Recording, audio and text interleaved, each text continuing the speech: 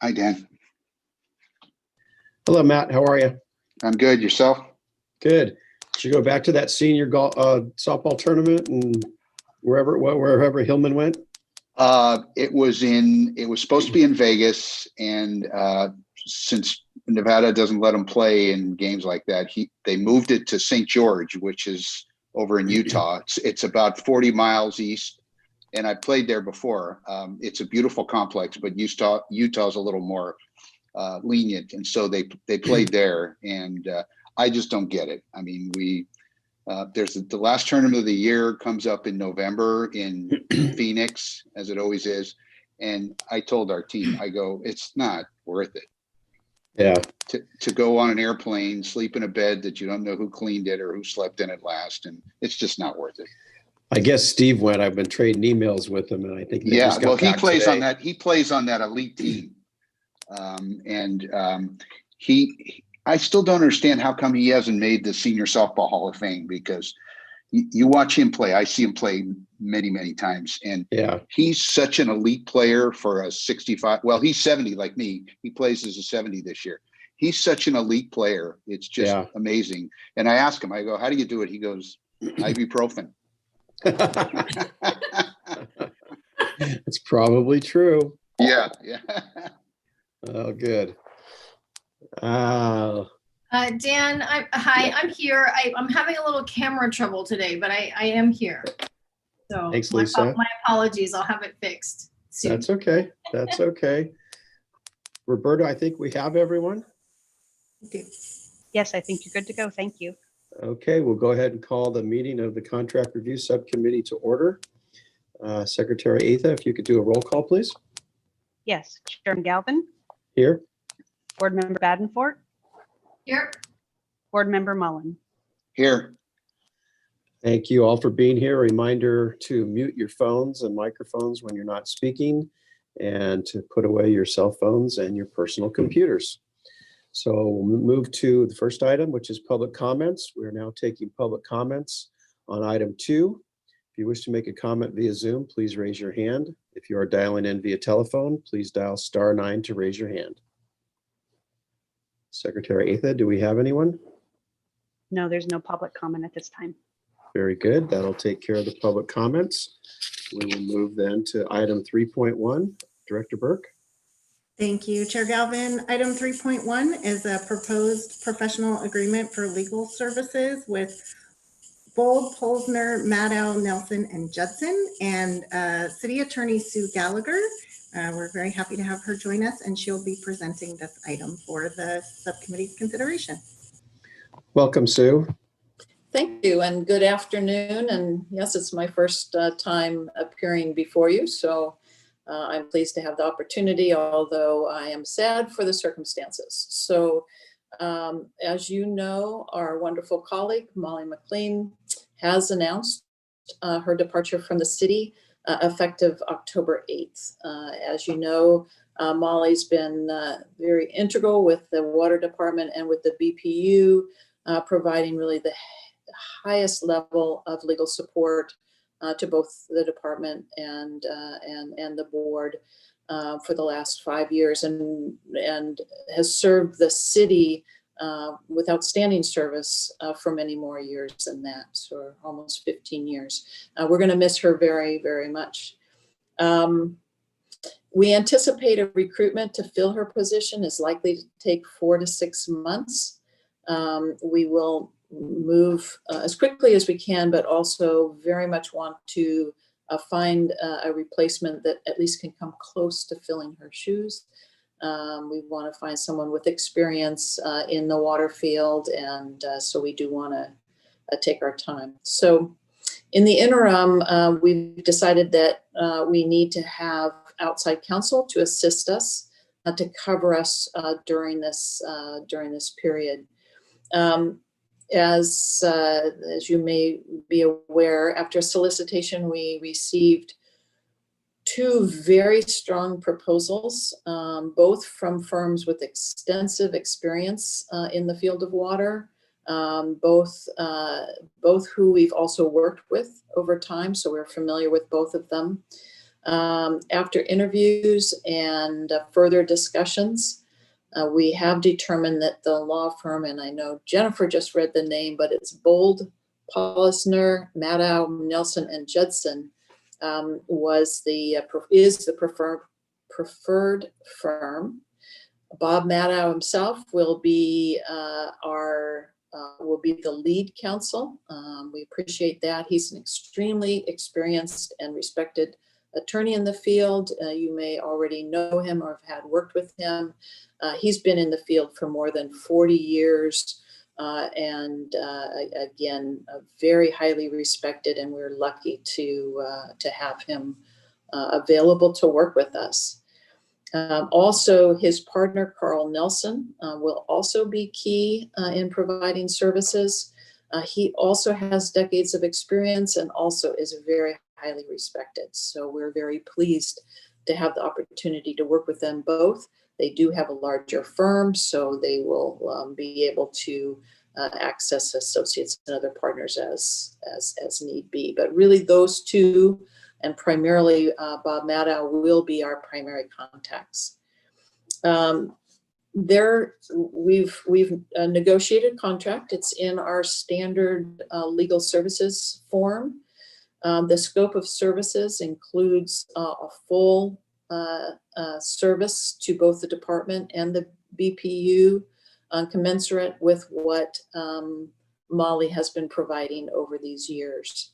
And I'll just give you a sense too, we also provided in the scope of service an indication of some of the specific projects that we'll be asking the firm to help us with during this time. These are things that I know are critical to the board and to the department, and we want to make sure there's no gap in services. So that includes our regular Board of Public Utilities support. So Bob will be attending your meetings, will be participating obviously by Zoom for the time being.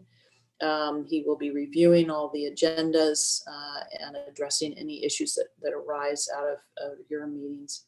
In addition, some of the projects are the wastewater bond sale. He'll be overseeing that. The regional organics processing, Potter Valley project, he'll be monitoring that and participating in those discussions. There are Prop 218 water and sewer rate setting and our demand fee study that's underway. The 2020 urban water management plan also underway.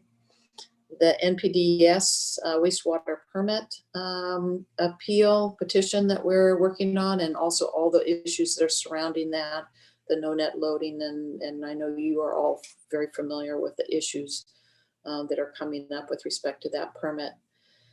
The firm will also be working with us on water department specific contracts. So we like to have those contracts. Our regular contract attorney will also look at them, but really it's best to have the person who's most integrated into the department and with the board to be reviewing those contracts and making sure that they address the needs of water. So those are the general, that's the general scope of services. Again, that's not limited to those projects, but I did want to make note for you that we have specifically called out those projects because of their critical nature. The rates that they have offered are really very good, very positive for us. It's $300 an hour. Again, both of these men have experience, decades worth of experience, and the highest expertise in these fields. So that is a very good outside legal counsel rate. And we have set we are anticipating 20 to 30 hours a week from the firm. And so the not to exceed amount is $230,000. Again, we're basing that on 30 hours at $300 an hour per week for approximately 6 months. So I'm happy to answer any questions that you might have about the contract or about the firm. about our efforts to try to keep Molly here. And You didn't tie her up, huh? I was going to try, but thought I might get in trouble. So, Okay, thank you, Sue. Board member comments or questions? Sure. If I can just jump in quickly. Thank you, Sure. Sue, for joining us. I appreciate it. In Exhibit C, we kind of talk about, obviously, this firm there doesn't seem to be a more aligned and experienced firm for what we are seeking, for what we need moving forward. I also certainly don't take any issue with the rates. I think that was well negotiated. But you do call out the potential for conflicts of interest, especially as we start to look at any rates or fee studies, the wholesale water supply and contractual relationships with possibly our vendors or our vendees. Can you just share a little bit about how does the city experience this with other legal contractors? What's the process if that should arise? Because obviously it will be difficult then to pivot to a different contractor that may or may not have that same conflict. sure. And I'll address, and then Molly, I welcome if you have additional comments as well. It is not uncommon that we run into this when we hire outside counsel. We're in a lucky position if we don't have that any conflict, potential conflicts that arise. If there's a direct conflict, we won't go with that firm. But if there's, excuse me, if it's just a potential, that's not uncommon at all. And in fact, in both of the firms that we talked to, there were potential areas of conflict. So we're going to deal with that with either of these firms. In the event that the firm does have to set a step aside, we will have to pivot to another firm. But we are not anticipating that will happen, but we do have to have that protection in place just in case. I'm going to take a sip of. Yeah, and I would just add that, it's full disclosure for attorneys to advise new clients on matters where there could be even a potential for conflict and what would happen in those instances. So this is really in an abundance of caution and to make sure that they're in compliance with the rules of professional responsibility for attorneys practicing in California, to just let their clients know that there is that possibility. The particular issues that present the possibility of conflict aren't likely to present a direct conflict of interest within the 6-month period of time that the city would need the services. But it's just, like I said, an abundance of caution. And I think when you get into, specialized areas of practice like water, you're going to have it's a smaller world. And that's what the city attorney was saying, that possibility is not unlikely. Great, thank you. And Lisa, sorry, this is Jennifer. If I could just add to, we know this firm has had longstanding relationships with 2 of our fellow water contractors, North Marin Water District and Valley of the Moon Water District. I did reach out and talk to North Marin just to make sure that they had no concerns. They don't. Valley of the Moon is in transition right now, so there is no one for me to talk to at the moment, but I don't think that will really be a concern. And from a technical perspective on the items we're working on, we do have common interest in relation to the restructured agreement and Potter Valley project. So I think from that perspective, we should be fine. But as both Sue and Molly pointed out, we just need to be very clear and an abundance of caution, make sure that this is aware. Great, thank you. Matt? Thank you. First of all, before I ask my questions, I just want to say that I respect the process you've gone through. I also very much respect Molly's work she's done with the BPU in the short time I've been here in my 2 stints. You've always been very clear on the guidance you've given us, and that's a tremendous help when you make the level of decisions that we make with this body. And I wanted to say that so Sue hears it as well. So she Yes. probably already knows that. But Yes. secondly, so that's the preface to my questions. And again, I mean no disrespect to the questions I'm going to ask, nor am I casting any aspersions on the legal profession, Mr. Chair. So let me go ahead with my questions. First is, curious what the other law firm that we didn't choose, are you able to say that publicly? No, we generally don't Okay. don't reveal the other. Okay.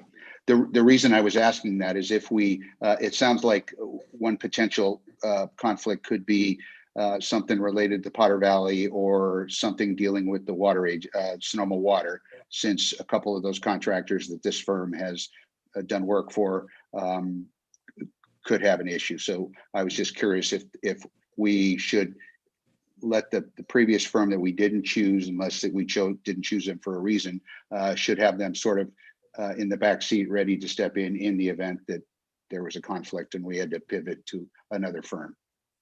And as I mentioned, it is a firm that we already contract with and have a relationship with. So certainly, if we needed services, they're one of the firms that we might turn to. And again, as Molly indicated, we really are not expecting that these potential conflicts will come to fruition.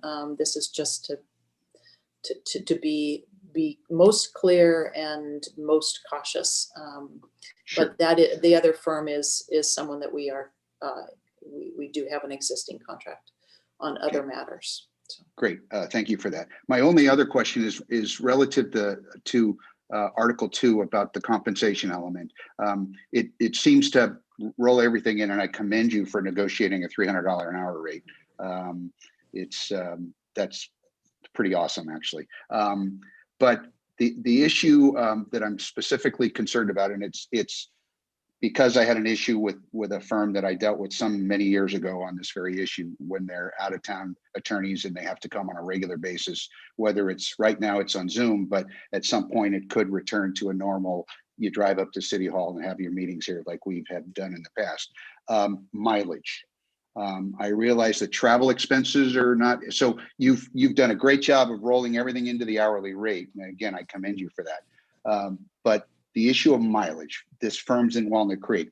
Are they on the clock the minute they leave their office in Walnut Creek, if they have to drive up here for a meeting or some sort of other business related to the city that they're hired for?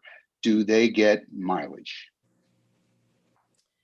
They would have to look at the specifics, but they'll get paid their hourly rate for that entire time. I don't know if you're talking about additional mileage, the 50 cents an hour. No, I'm talking about the issue when they would be entitled to their travel time as well under the contract. So. And again, the reason that led me to have this sort of encounter with the previous law firm was the fact that, well, when we're driving up to wherever they're driving, we can't conduct business. And of course, we all know better because now we have cell phones and you can do a lot of business when you're driving an hour and a half or 2 hours up, irregardless of the traffic. So I always have a problem with that. Yes, and I didn't mean to interrupt. I'm sorry. No, that's all right. Again, we are anticipating that we'll be in a remote work situation for some period of time, quite possibly for the entire 6 months. Certainly, I would anticipate through the end of the year that we'll be in remote meetings and Zoom meetings. And the other comment that I would make is that to the extent, yes, we all know there was a time when you were in the road, you weren't doing any business. Now it's not uncommon to be getting on the phone shortly after you start driving, and you're on the phone until you get back. If it is work for us, then obviously that's billed to us, but they should not be double billing in terms of billing for the travel time plus billing a different client for whatever time they're on the phone. So I know there are a lot of stories of attorneys doing that, but I would certainly trust this law firm and both Bob Maddow and Carl Nelson, that would not be their practice. And we can certainly confirm that also. And Okay, if I I may appreciate. just add, Board Member Mullen, I understand your point as well, that typical for these kinds of contracts to, cover the travel time for attorneys to come back and forth from their primary location. It is something that can be negotiated. We did not do that in this case because I think it is expected that the services will be virtual, provided, remotely for the most part, if not entirely. But it's also something you can, talk to specific firms about if and when it arises that there's an extensive amount of travel time from their location, to the city for different meetings, that could be a point of discussion. I don't think it's going to come up here as we've discussed, but it is something that, sometimes can be negotiated. And again, I trust the process that you've gone through and the negotiations you've done. And so we can't get everything we want. And again, I think the fact that you've got such a terrific hourly rate, I think we should probably bank that and just move forward. So I appreciate the responses. Thank you. So obviously it's envisioned even meetings with staff would be done Zoom wise. They're not going to be coming up here just to meet one-on-one with staff. Good. I'm perfectly fine with the agreement. The hourly rate obviously is good. Looks like it's a quality firm, so I have no problems with it. Any other board member questions or comments? All right, we will now take public comments on item 3.1. If you wish to make a comment via Zoom, please raise your hand. If you're dialing in via telephone, please dial *9 to raise your hand. Secretary Atha, do we have anyone? There are no public comments. Thank you. Then I would ask for a recommendation from the committee. So Go ahead. go for it, Board Member Mullen. I was going to recommend we to the full board that we approve this contract for interim legal services and waive the reading of the text. We'll gladly second. Great. We have a first and a second to give a full recommendation to the board. All in favor? Or actually, Secretary Atha, if you would do a roll call. Yes, Chairman Galvin, Aye. Board Member Badenfort, I Board Member Mullen. Aye. Great. Passes unanimously. I don't believe we have any other items on our agenda. Any other comments by board members or committee members? If not, Molly, we'll see you before you leave, but I guess this will probably be your last contract review subcommittee meeting. So thanks for all your hard work on this committee and with all the contracts that we've had to review over the years. And we'll see you next week, and we are adjourned. Thanks again. Thank you, Sue, for being here. And thank you very much. I appreciate it. Thank you. Goodbye. Bye, everyone.